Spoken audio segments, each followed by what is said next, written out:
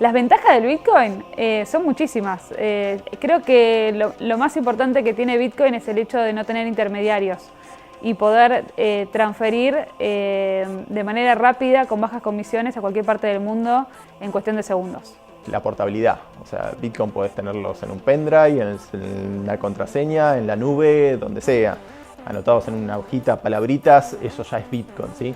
O sea que la portabilidad de Bitcoin dudo que sea superable, no me imagino que otra cosa puede superar la portabilidad que tiene Bitcoin. Y esa portabilidad además viene relacionada a una resistencia a censura, que es un dinero que lo podemos enviar a través de internet o incluso fuera de internet o cualquier otras redes también se puede. Hay otras cosas que se han hecho también, que si bien en la práctica no se usan mucho, también se ha mandado Bitcoin a través de otras redes.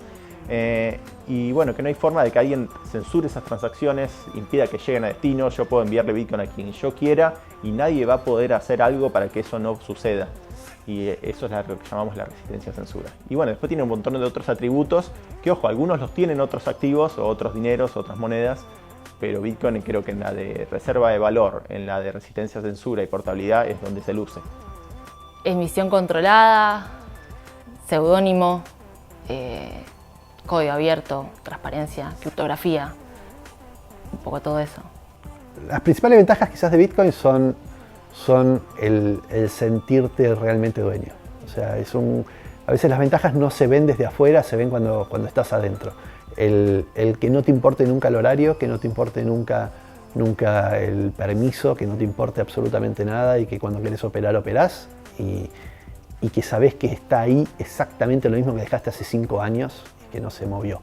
Lo podés manejar sin una entidad centralizada, podés tener tus propias claves, entrar cuando vos quieras desde tu celular y no tener que ir a una institución en la que tengas que sacar un turno o tengas que pedir permiso.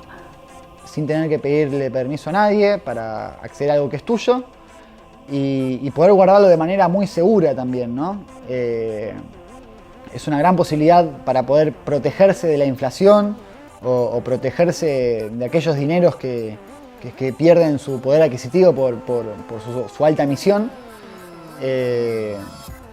Y creo que es una alternativa, es una puerta de entradas a un mundo también donde la confianza vuelve a tener un valor más fundamental. Puede ser el cimiento, los cimientos para comenzar una nueva era de sistemas más justos y transparentes, como siempre debieron ser, ¿no?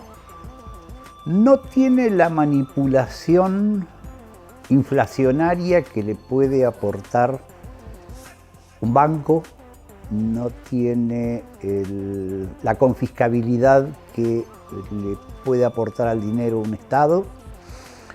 Tiene algunos intentos de construcción por encima, como cadenas laterales y demás.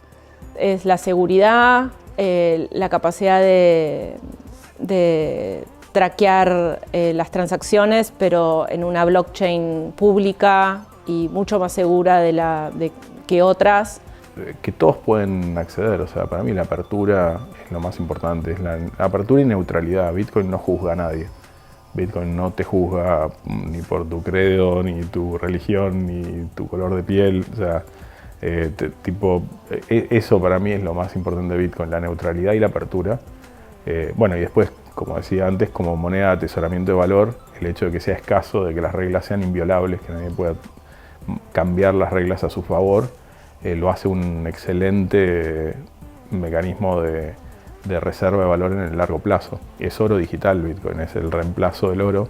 En la medida que la tecnología se vaya como estabilizando, es el reemplazo del oro, pero es un reemplazo del oro al que todos podemos acceder, porque al oro no puede acceder todo el mundo.